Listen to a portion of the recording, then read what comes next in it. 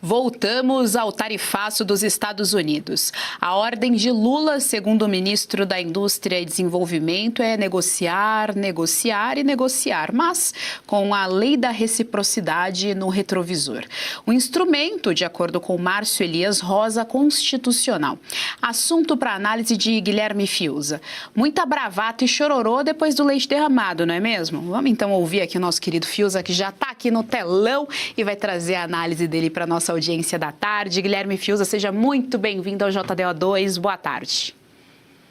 Boa tarde, Geise. Prazer estar com você, com a sua audiência no JDO2. Começo te fazendo uma pergunta que você não vai precisar nem recorrer aos seus conhecimentos de sociologia. É uma postura correta de quem diz querer negociar, acenar com retaliação? Você acha que esse é um bom discurso? Eu quero responder igual o Ronivon naquele significa. Não. Pronto. Definido. Claro que não, né? Lógico que a gente está vendo um discurso que contraria a intenção alegada, né? Primeiro porque é o seguinte, o governo com essa história de Brasil soberano, né, está tentando transformar tudo em discurso eleitoral. Agora, se o Brasil, né, se o tarifaço dos Estados Unidos está punindo produtores e trabalhadores, né, como o governo alega, se queixa, e é fato, se ele vier com uma política, uma retaliação, né, a reciprocidade, se ele passar a taxar produtos norte-americanos, né, como uma revanche, ele vai punir, além do produtor e do trabalhador, vai punir o consumidor também. Ou seja, se correr o bicho pega, se ficar o bicho come. E aí essa ideia de negociar, né? Quer dizer, o Brasil quer mesmo negociar, tem um trechinho aqui, está até citado na matéria da Oeste, do ministro da Indústria e do Comércio, falando o seguinte, aspas para ele, o presidente Lula orienta continuar negociando, negociando, negociando. Para quê? Ele pergunta, e a gente poderia fazer essa mesma pergunta, né? Para quê? Primeiro, para que esse gerúndio interminável? Né? Isso é o que é isso? É um efeito especial? O presidente Lula orienta a continuar negociando, negociando, negociando. Ele pergunta para quê? A resposta dele é para retirar de uma faixa dos produtos a tarifa de 25% e ampliar a lista de exceções. Mas para que, perguntamos nós, olhando para o histórico da postura brasileira nessa suposta negociação em que o Brasil nem se fez representar na audiência decisiva da sessão 301. O Brasil não tinha representação oficial lá. Por quê? O ministro saberia responder essa pergunta, se a orientação é negociar, negociar e negociar? Por que não estava presente? E, como disse o secretário de Estado Marco Rubio, nas palavras dele, a impressão dele foi essa, e ele externou, inclusive na sua própria rede social, que a postura do presidente brasileiro não foi uma postura de boa-fé. Lula não negociou de boa-fé na visão do secretário de Estado norte-americano. Por que eles acham? Por que será que eles acham que o presidente brasileiro não negociou de boa-fé? Será que é porque esse discurso que está se espalhando aí é que para o cenário eleitoral, um cálculo mesquinho, né, seria de que este problema, este tarifaço, poderia ser colado no principal adversário do Lula? Será possível? Será que pode ser tão perversa, né, a intenção, a mentalidade do governo, a ponto de pensar, deixa o tarifaço chegar, porque a população vai perceber como algo provocado pelo adversário do Lula, pelo principal adversário do Lula na eleição. Seria um dado de mesquinhez, né, muito grande, mas tudo é possível, a gente não duvida mais de nada. Agora, Geise, essa questão, né, então negociar o quê? A pergunta ao ministro, ao presidente, ao governo brasileiro, ao Itamaraty. O Itamaraty ele tem tido uma postura sectária.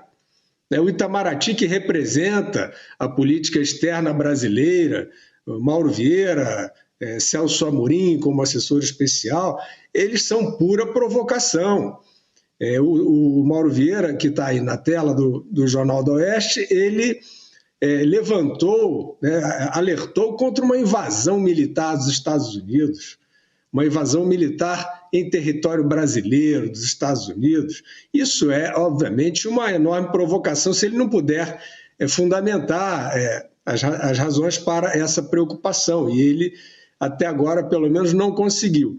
E aí tem uma série de quesitos, é claro, tem a relação com a China, né? O próprio presidente Lula procurou rebater isso, dizendo que não, que o Brasil tem total observância às questões de direitos humanos no trabalho. Ora, a China é uma ditadura. A China é uma ditadura indevassável e grande parceira deste governo brasileiro.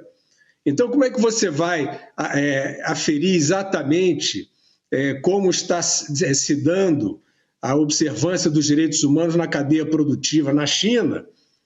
Basta lembrar aquela situação da pandemia, em que a OMS ia lá para Wuhan fazer uma vistoria no laboratório e quem definiu quem eram os integrantes da equipe da OMS foi o presidente da China. Então, isso é uma escolha brasileira.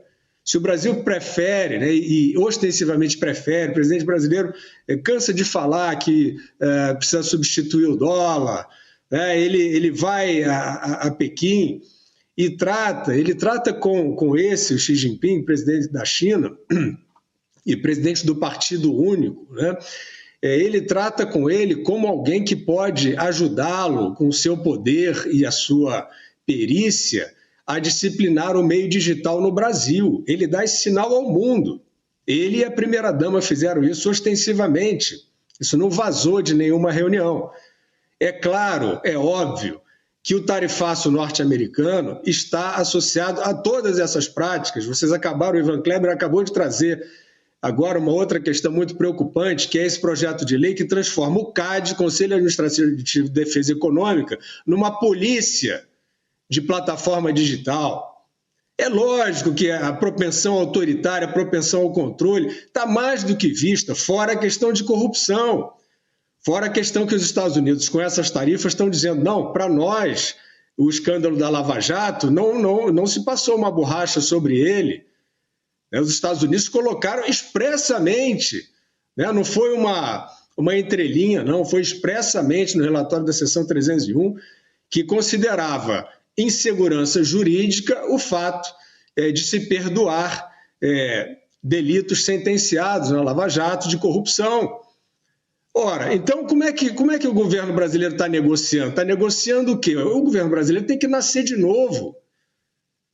Para o governo brasileiro espantar aí afastar a desconfiança do governo norte-americano, ele tem que nascer de novo.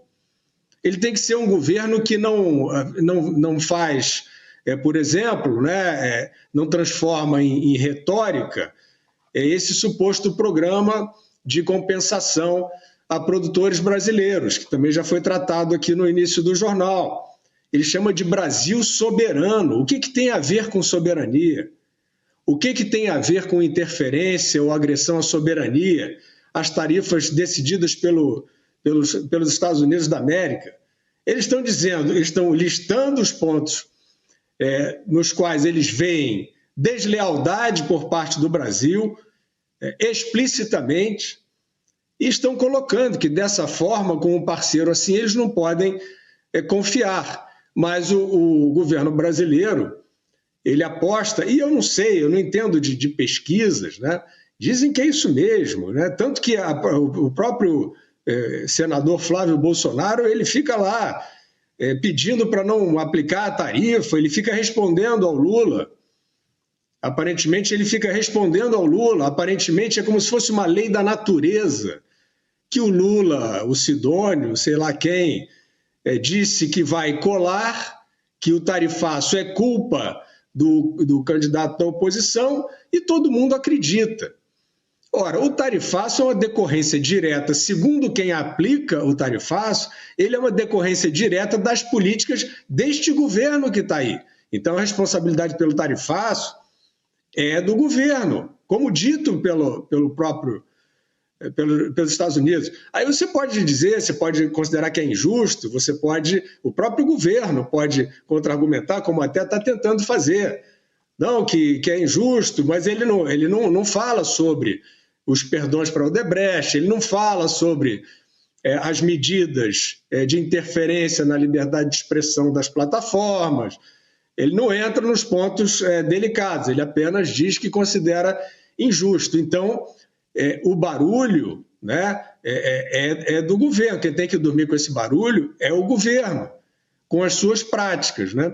Mas a oposição, a imprensa, parece que acreditam, né, que uma versão pode substituir os fatos.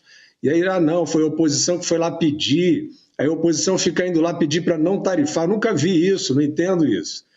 E para concluir, evidentemente, né, você tem política externa no Brasil hoje, você tem a vergonha da vergonha da vergonha, que é um aliado do Lula, tem que ver se vai poder falar isso na eleição, porque na eleição passada não podia, mas o Daniel Ortega, que é um aliado histórico do Lula, eu não sei se a história foi revogada, mas até outro dia era um aliado, tem as fotografias, tem a primeira visita dele após a Revolução Sandinista em 1980, a Manágua, não é isso? Então, é um aliado histórico do Lula. Ele pode muito bem dizer assim, não, o Ortega decretou que não tem mais eleição, então democracia sem eleição não é democracia, é simples dizer isso. Mas não só o presidente não disse, como o Itamaraty soltou uma nota impressionante em que ele recorda, conclama, etc., mas não condena a declaração do presidente da Nicarágua, Daniel Ortega, de extinção da eleição naquele país.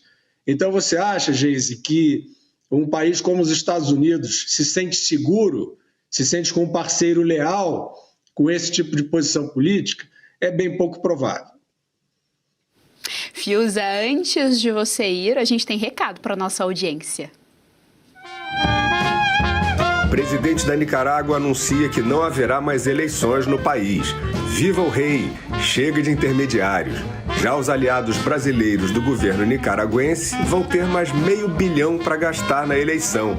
Viu como o voto é bom? Lula culpa adversário por tarifaço e volta a falar de enforcamento.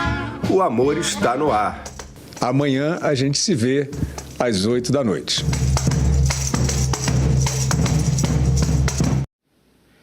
Tá, então, convite para nossa audiência amanhã, 20h, outra coisa com Guilherme Fiuza. Fiuza, muito obrigada pela parceria de sempre. Até semana que vem. Obrigado, Geise. Até semana que vem. E se você pudesse ter acesso aos bastidores do Sem Filtro e conversar direto com os comentaristas e âncoras da Oeste? Agora, isso é possível com o Clube de Membros do nosso canal no YouTube.